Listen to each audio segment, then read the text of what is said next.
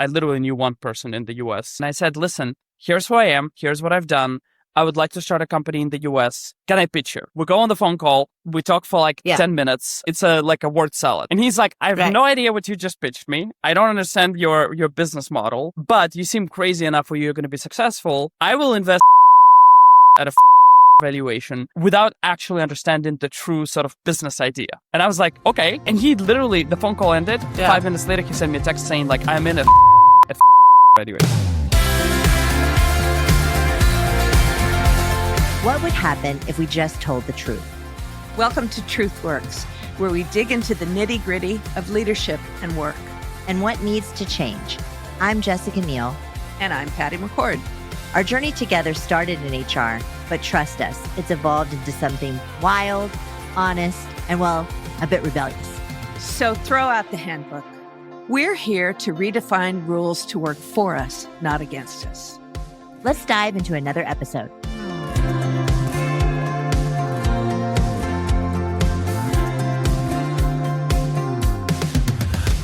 Hi, everyone. Welcome to another episode of TruthWorks. I'm Jessica Neal, your host, and I'm actually hosting by myself today. My co-host couldn't make it, so hey, Pete, hey, Jeff, wherever you are. Hope you're doing good.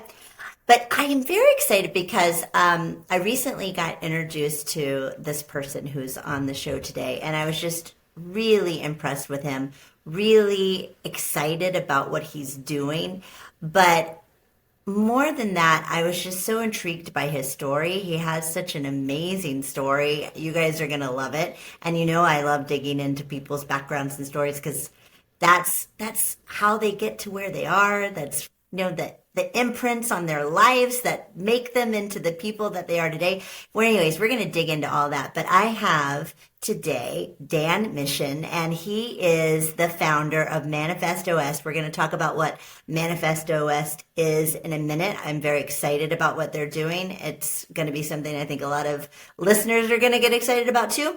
But Dan, welcome to the show. Thank you for coming on. How are you? It's so good to be here. Doing great. You too. I want to talk about Manifest, but before we get into Manifest, I want to go back in time because you and I talked about this when we met. Yep. And it was your story, and you are not a first-time founder. You have been an entrepreneur since you were little. And I want everybody to know that. So let's go back to where you grew up. Let's go back to how it all started. Tell us the story. I mean, look, I don't know how unique this story is, but like I was born. I think it's kind of unique. I've met a guy who like dropped out of middle school and finished Carnegie Mellon computer science, top of the class when he was 14. So every time I compare myself to that person, I'm like, okay, like maybe my story's not that unique. I was born in a beautiful town in south of Ukraine, the only warm part of Ukraine in Crimea, in a beautiful town that looks like the opposite of what people imagine Eastern Europe to be. It's got sunshine, it's got blue skies, it's got palm trees and beautiful sea. In a regular family, my mom was an English teacher, my father was in the military. Somehow there was some bug inside me, something inside my system wasn't wired correctly. So I was always just extremely adventurous and extremely curious about life. I started my first company at the age of 11, and what was supposed to be a small, short summer project ended up being a company that I was building until I was 23. I don't know, I don't want to go into like a monologue. Well, I mean, let's tell people what the company was. I mean, so you're 11 years old, and then, you know, you start this company. Why do you start the company? What's going on? And what is the company? So my family was saving money for many, many years for my mom and I to go to Europe because we were in Ukraine. I've always dreamed of like going and visiting like Berlin.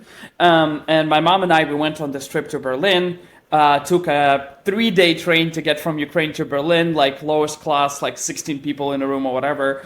And at it was an incredible trip. We like visited a bunch of places in Europe. And on the very last day in Berlin, right before we were supposed to board the train to go back to Ukraine, somebody stole my mom's wallet. And we had our tickets there and we had all our money there. And the only thing she had was a 20 euro bill in her purse, somewhere in like the back corners of her purse. Yeah, like hidden. Yeah. Hidden 20 euro bill. And that was the only money we had, and we had to sleep overnight until my father would send us money via Western Union. I don't know if you remember Western Union. That was like a thing. I do, but maybe not everybody does. But that's how you used to get money to people. You used to get money to people, and it usually would take a day or two before the money arrives. Yeah. So we have 20 euros, we are in Berlin, we have no train tickets, and we have to wait a day until the money arrives. So we buy, my mom like rents the cheapest backpacker hostel in the outskirts of Berlin, like industrial area, people are graffiti everywhere, people are drinking like cheap beer.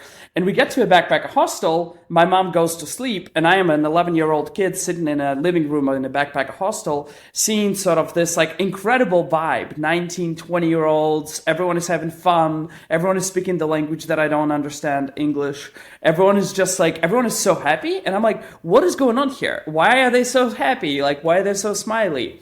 And on my way back to Ukraine, I sort of made two decisions on that train ride. I remember it very clearly because I actually wrote it down.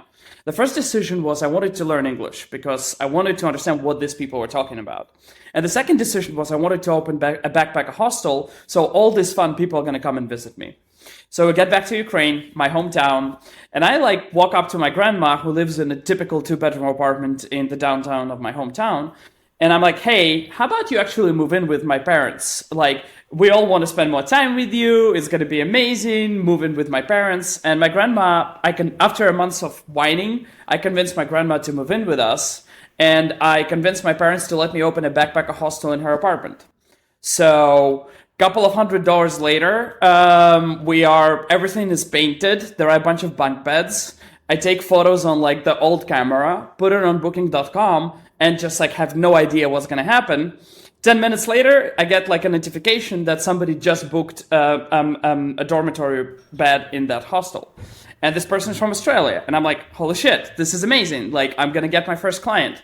And what was supposed to be this like little summer project ended up being a company that I was building for 12 years. And over a period of time, it became the largest backpacker hostel chain in Eastern Europe, 13 countries, 3,500 clients staying every night. And it became like a massive passion for me. It became something that I genuinely loved. And I've met so many friends. I've learned English somewhat by doing this. And it's been an incredible thing that just, that just happened to me. I dropped out of middle school and I ended up just building this company until I was 23. That is so amazing.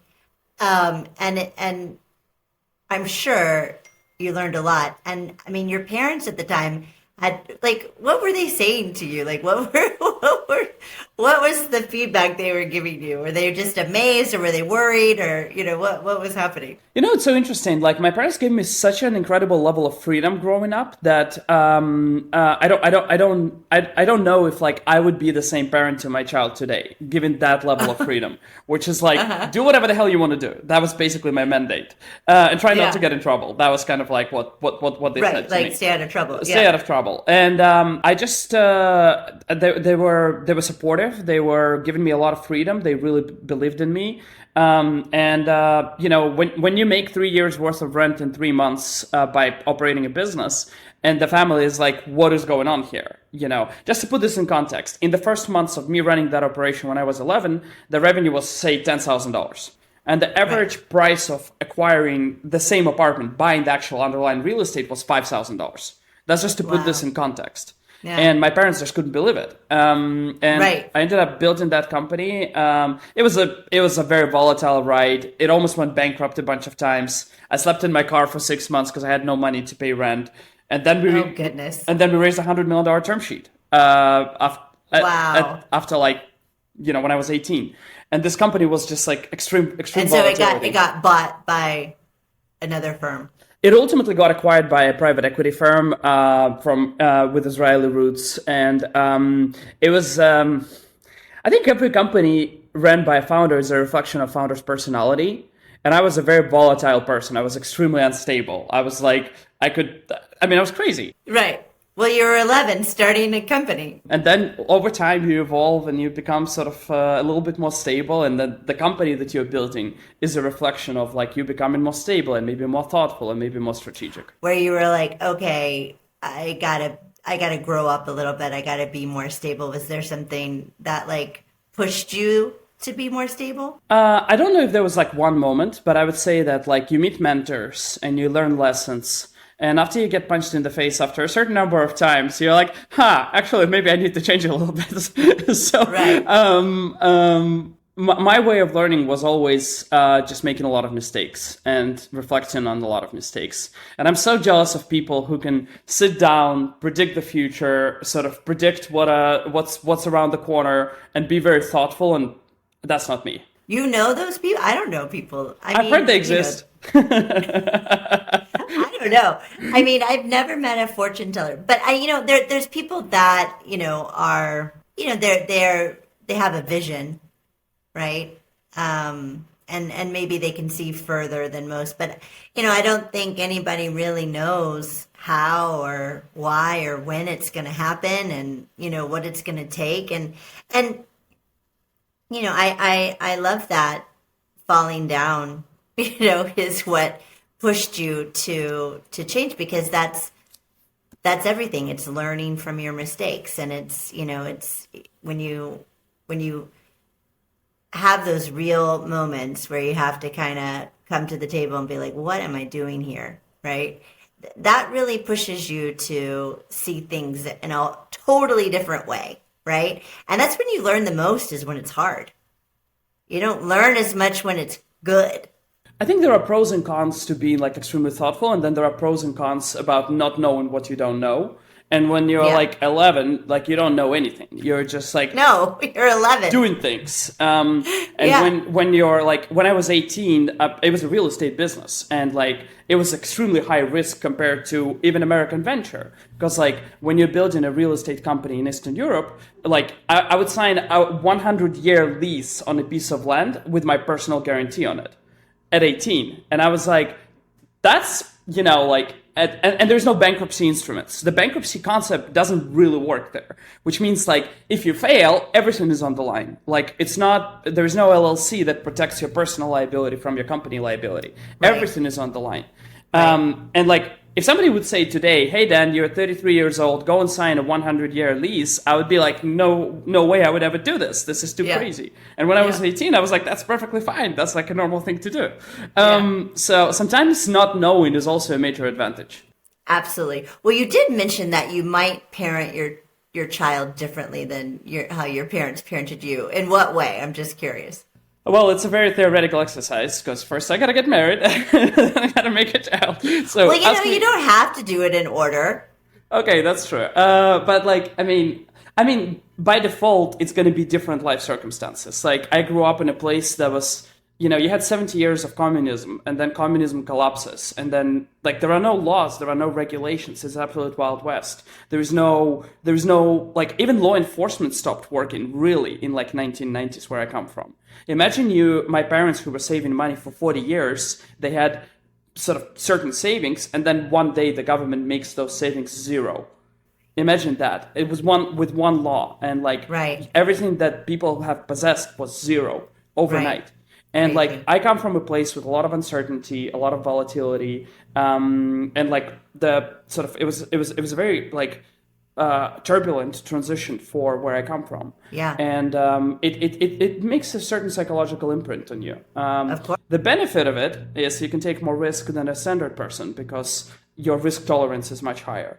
The downsides of it is probably is reflected in a personality, and it's a lot of sort of personal self-growth work to get a lot of those things out of your system, and it took me a couple of decades to get there, and I haven't gotten there all the way for sure. Well, I don't think we want you to get there completely all the way, because it would prevent you maybe from doing the things that you're doing now, which let's get into Manifesto S for a little bit, because I'm very excited. So you have this whole journey from 11 to 23, And then, how do you then get to Manifest? Well, it took me another 2 companies before I started Manifest, so I'm on my ride number 4.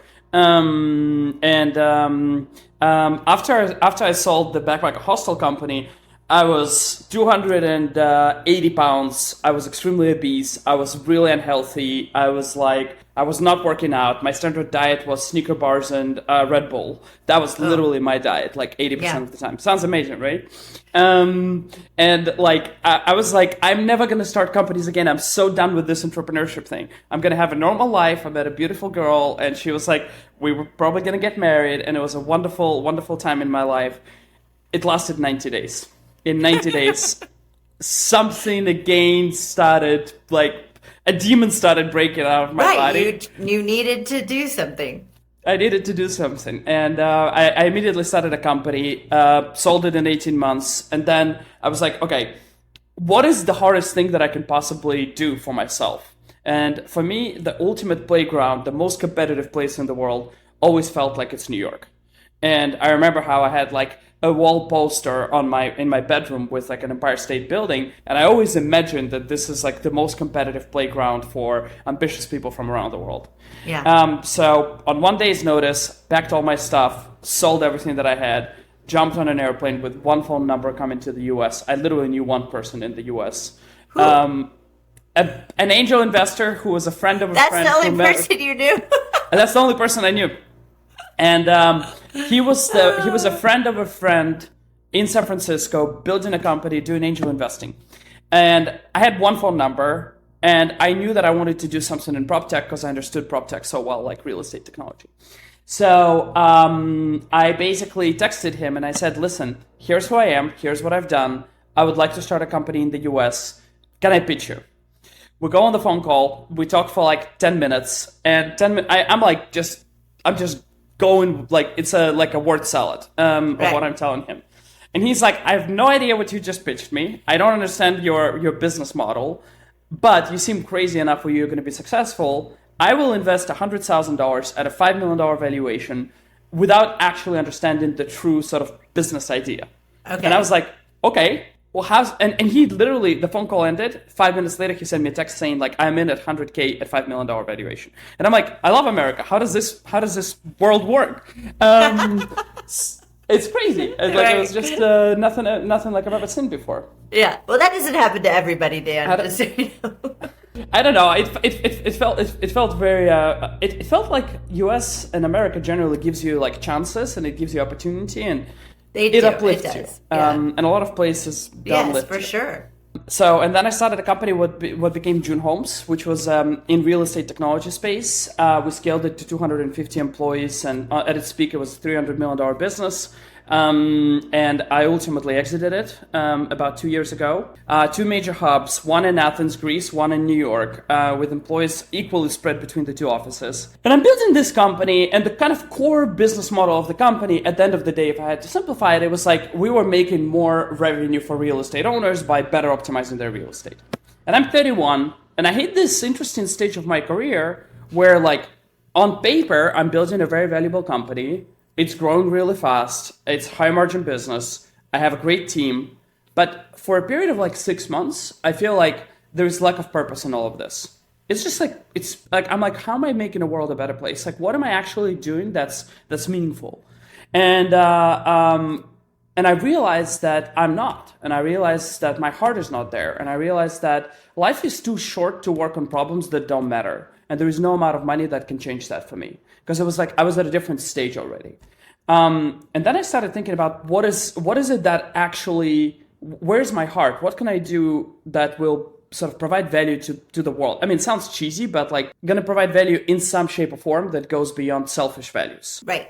I don't think it sounds cheesy. I say a lot of cheesy stuff, just heads up. I think that's what most people want to do. They want to make the world better. And I kind of like thought about what are some of the hardest problems that I've ever experienced myself that I would want to solve. And I've landed that the industry of law is this like incredible industry that is extremely important for the world, because anybody who's dealing with legal matters at that point in time, that's top of mind for them. It's like when Yes. how many wishes does a healthy person have? How many wishes does a sick person have? Right? Yeah. Like it's overwhelming if somebody is going through a legal system, whether or not it's criminal law or it's litigation or it's immigration or it's divorce. That's what's top of mind for people. So the first bucket is it really matters. Like it's an important problem. Yeah. The second bucket is it's actually really broken. Like if you look at how the legal system, if we take 50,000 feet view at the legal system,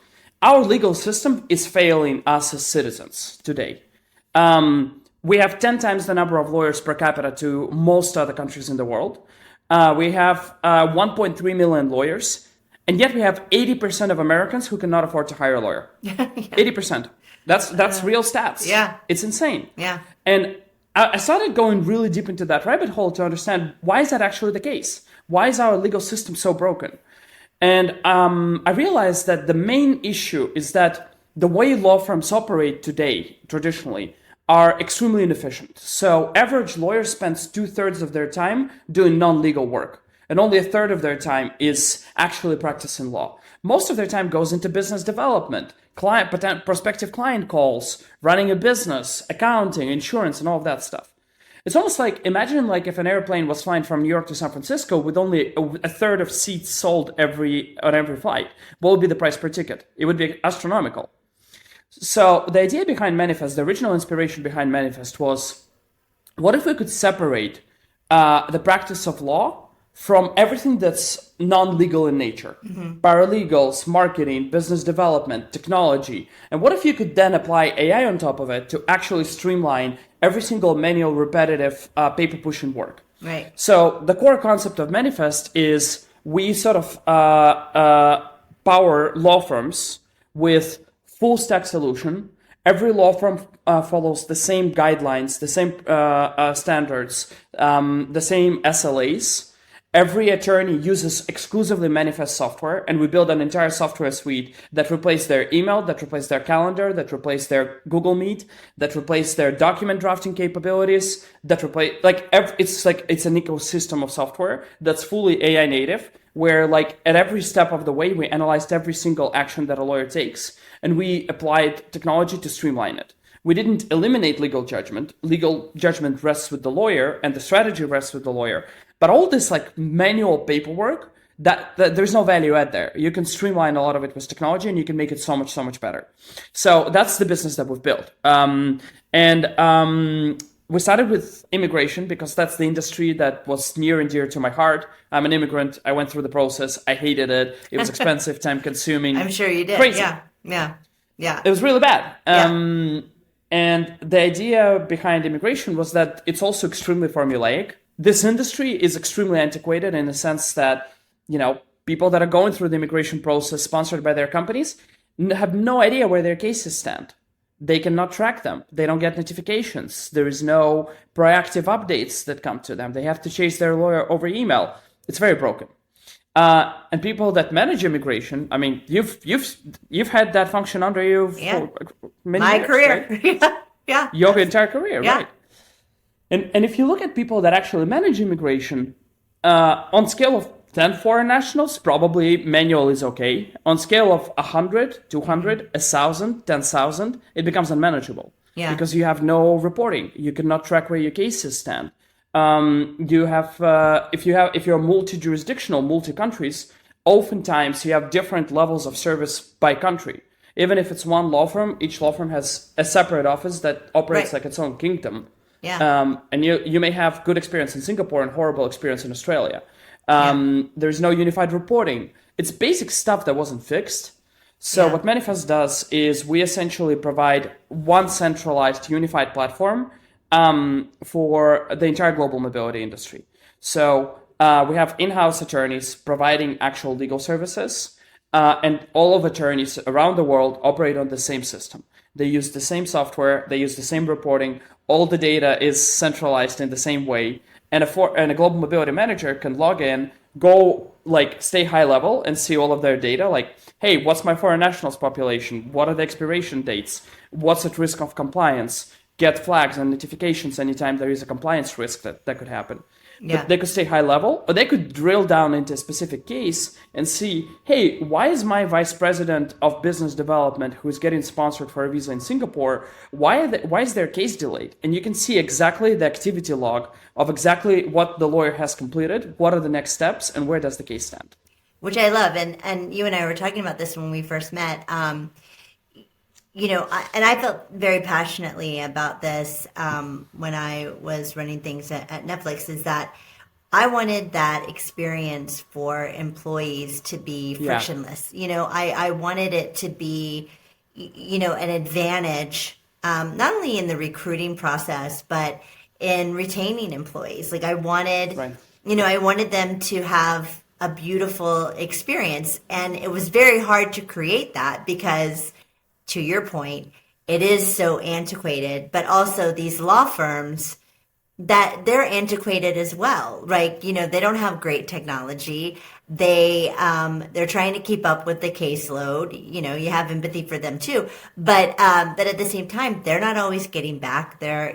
And my thing with my team was like, it doesn't matter. We have to know, and we have to keep the employees informed at all times. That's right.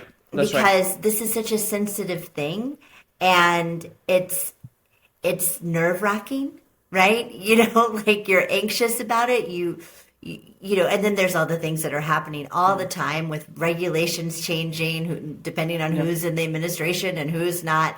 It's just very stressful. And if we can make it not stressful, and just, to your point, it's not that complicated, right? It's not. It's really, you have to go step by step by step in the process, and there's things that you have to do for each step.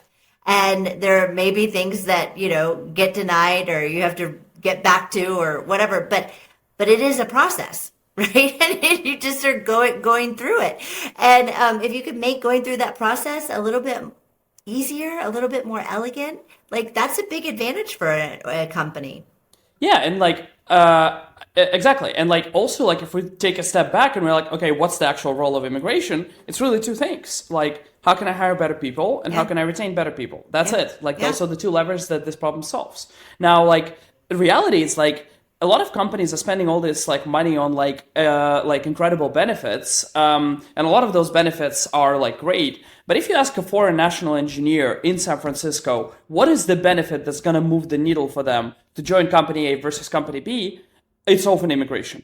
If your company is willing to sponsor their green card on day one, that's a win. You can win a candidate just based on that, even if everything else stays equal across the board. If you're taking a candidate and you're saying, hey, I will sponsor you for an EB1 green card, and here's a vendor that can help you prepare for this petition, and they're going to spend 6 months working with you, helping you draft your case, and helping you sort of obtain necessary evidence, maybe you should be going to your conferences more. Maybe you should be going to do podcasts more. Maybe you should be, have a journalist write about you. Right. Maybe you should write your own blog.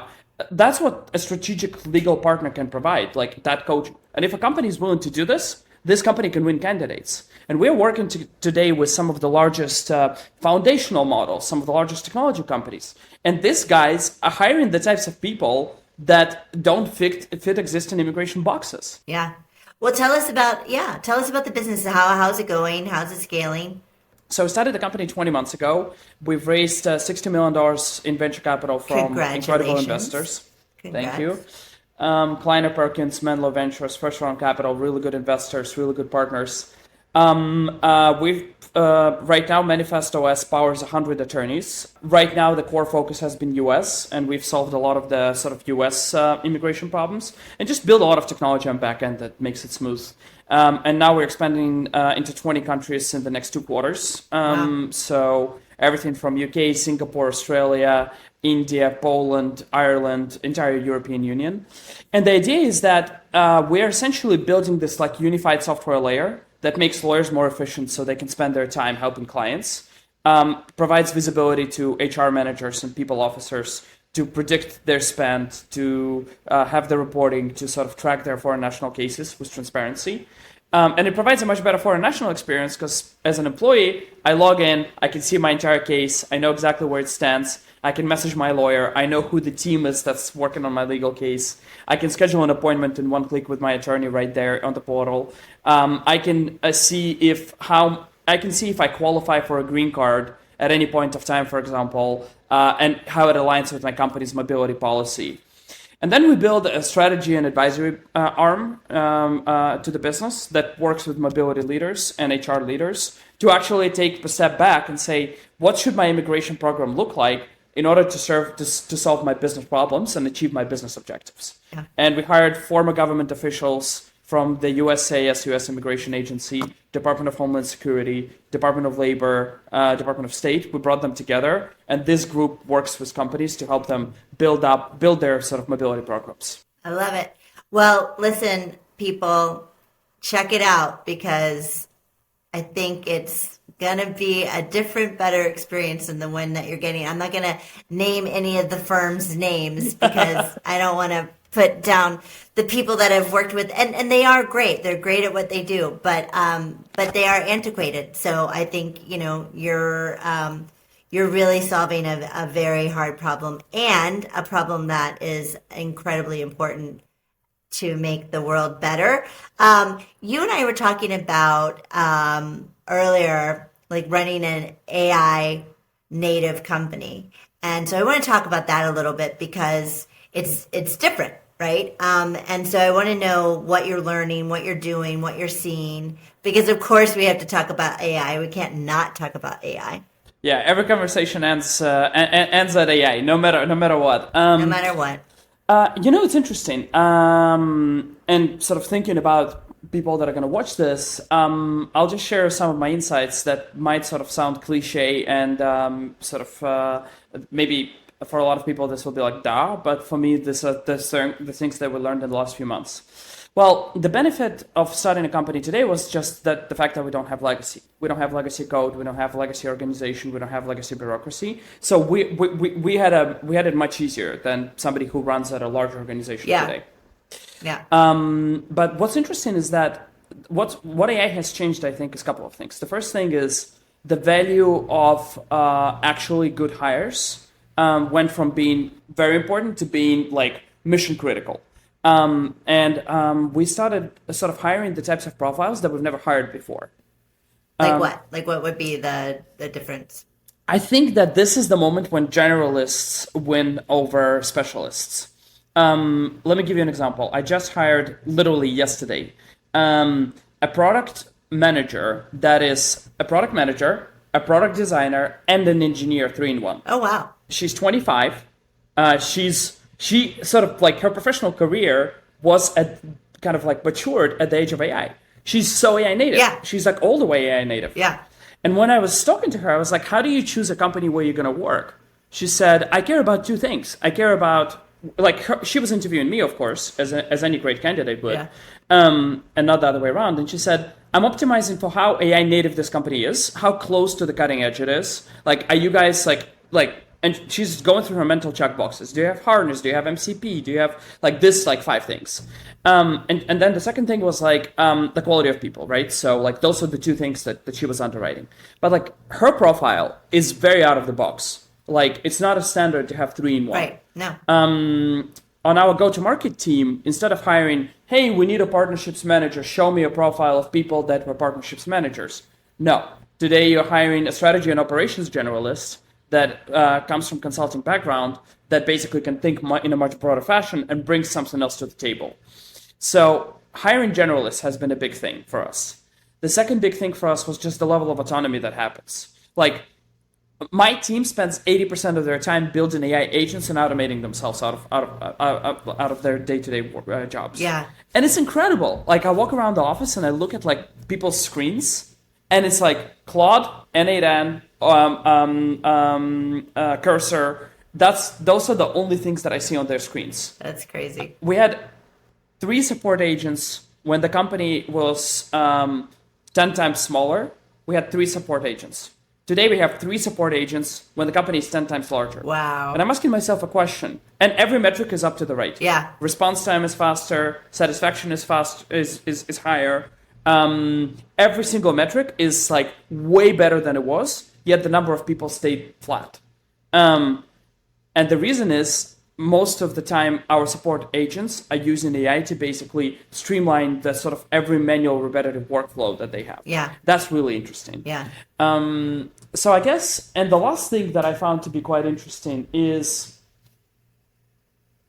the psychological safety that people would have around automating themselves out of the job. So initially I was like, hey, why is this person not adopting AI as fast as others? And I was looking at like this one specific individual, and they did not become AI native. They sort of like were kind of anti-AI inside Manifest. And I was talking to them, and I took them out for dinner, and I was like, look, everyone is doing this. Why are you not doing this?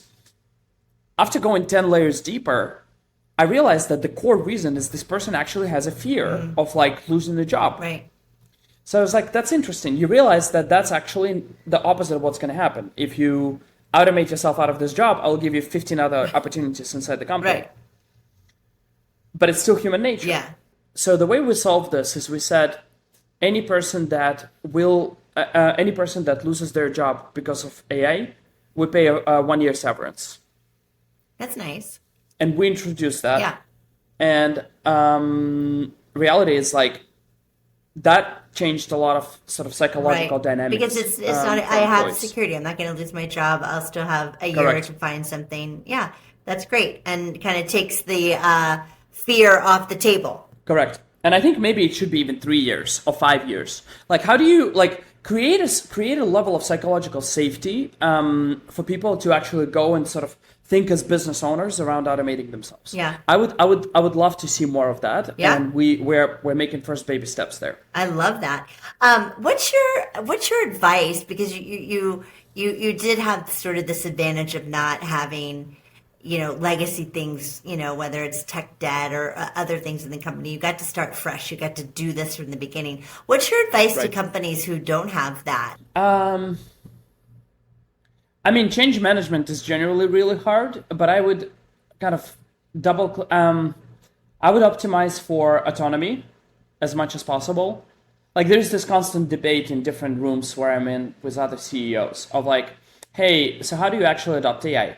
Do you have one engineer per team? Do you have a centralized sort of like project management office that then changes organizations? Yeah. Or do you sort of enable everyone to do it? I always lean towards maximum levels of autonomy and ownership, even if it feels duplicated. So, for example, the way we set it up at Manifest is every team has a dedicated applied AI engineer assigned to them who understands all the business context. If it's marketing team, I want that applied AI engineer to be really deep into marketing team, understand exactly what they think about 24/7. And that person works full time just on marketing team. I like creating a lot of autonomy because I think that's what's necessary and important at the age of AI. And so is this engineer, are they building the agents for the marketing team because they're getting to know their work, their task, the flow of things, and so then they can train the agent, build the agent to maybe make their lives not just a little bit, but a lot better? Is that the goal of that engineer? I think in today's environment, training models is not necessary most of the time. So you could just orchestrate existing models that exist on the market and achieve better results, because the velocity at which these models are evolving is so fast that there's no point in pre-training anymore. I don't see.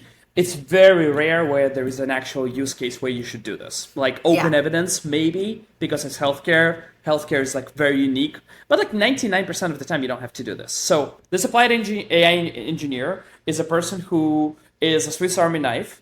They can do 5 different things, 5 different jobs. They are a single person shop. Like, they have a fully autonomous unit deployed into a specific part of the company, and that person can sort of run change within that company, within that department, within that organization, on their own, without any dependencies from the rest of the organization. That's kind of the mandate. Yeah.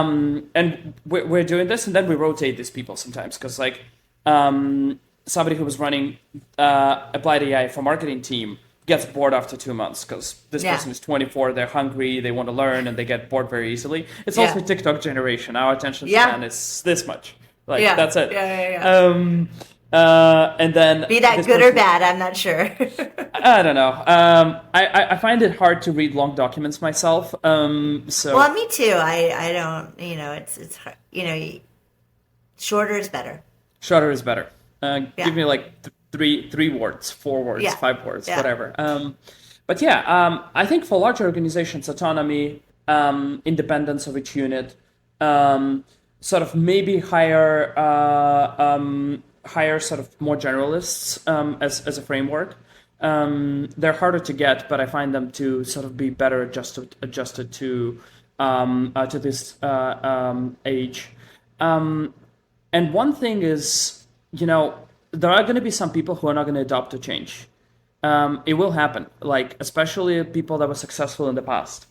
Like a lot of my CEO friends are talking about their CTOs not adjusting to this reality all the time.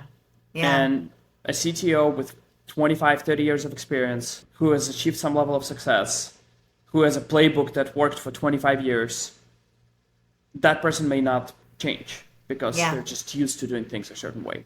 Yeah. And I would be honest with this person, and I would be honest with myself about whether or not this person is changing enough in this environment.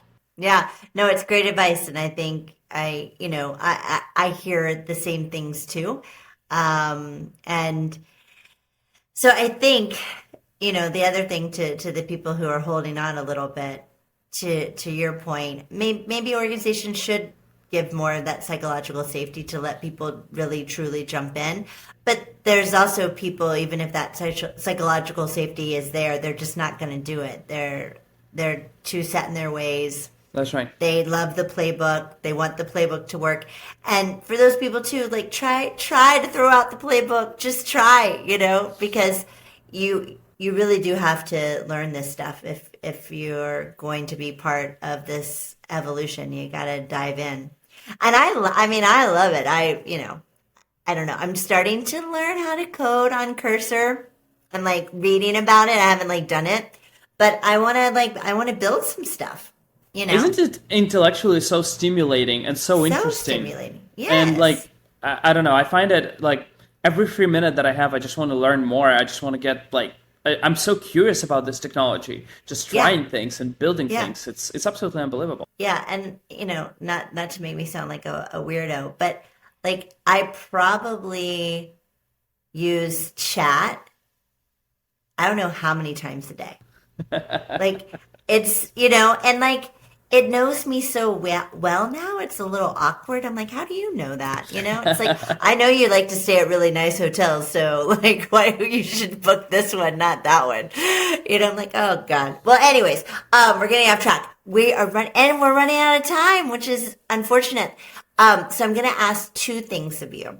And the first thing is you've been a serial founder.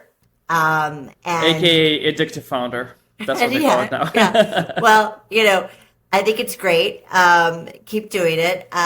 Don't, you took that 90 days off, but that, keep doing it.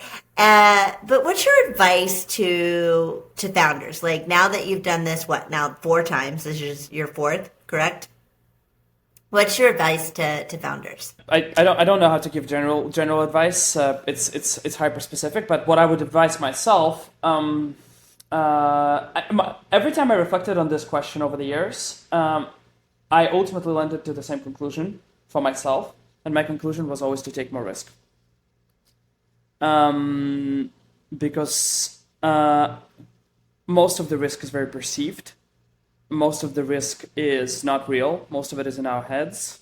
And especially to the types of people that, I see so many incredible people, perfect CV, perfect school, perfect job career. They made every right decision every step along the way. And they're paralyzed by being overthinkers, and they're paralyzed by not taking enough risk. And I think that's the unlock. Unlock is to just get comfortable with the change and get comfortable with the fact that like you're going to take more risk. Like you have to be responsible. I'm not talking about bad things. I'm talking about just sort of allowing yourself to fail, allowing yourself to experiment. That's to get what punched in the face. Yeah, and then you get As you used to said it. earlier. And Yeah, then you're like, exactly. yeah, that was Yeah. not that hard of a punch. Come on, like I've Yeah. had worse. Exactly. I love that advice. Okay.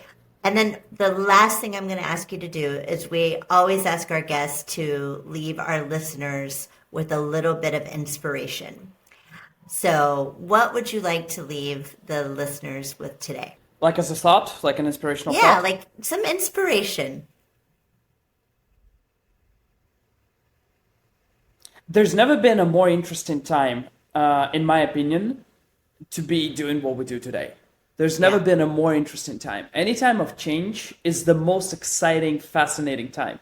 And if you embrace that change, and if you accept that change, and you just acknowledge the fact that nothing is constant in life, and life is constantly transforming, and you just like enjoy it, and you really find joy in the uncertainty, you can win in so many ways. You can have so much fun doing it. You could build generational businesses. You could change your organization in so many meaningful ways if you just embrace that change and go sort of with the flow a little bit and ride that wave a little bit and just like have fun doing it.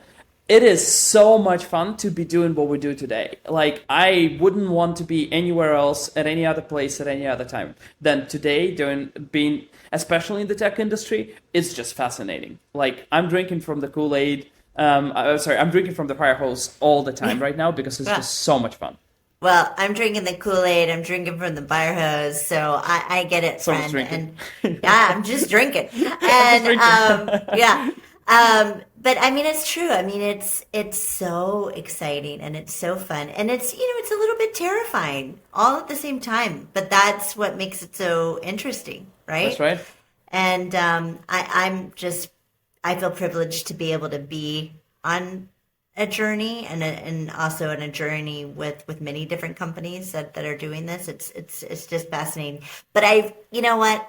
I also am just very grateful that you and I got introduced. You are so impressive, and I'm just really excited to see what's going to happen in the next 5 years with your company and just with you in general. And I hope we are now friends. I hope so too, and honestly, Okay. I've been such a huge fan of like Truth Works, and I've been following you for a while, and it's a true honor and pleasure to be here. And like I appreciate what you do for your community. Like it is truly meaningful. Oh, well, thank you. I hope so. And I know our listeners are going to love this. And now, you're stuck with me, Dan. I love that. I'm in. All right, good. All right, well, thank you again. Thanks for listening to Truth Works.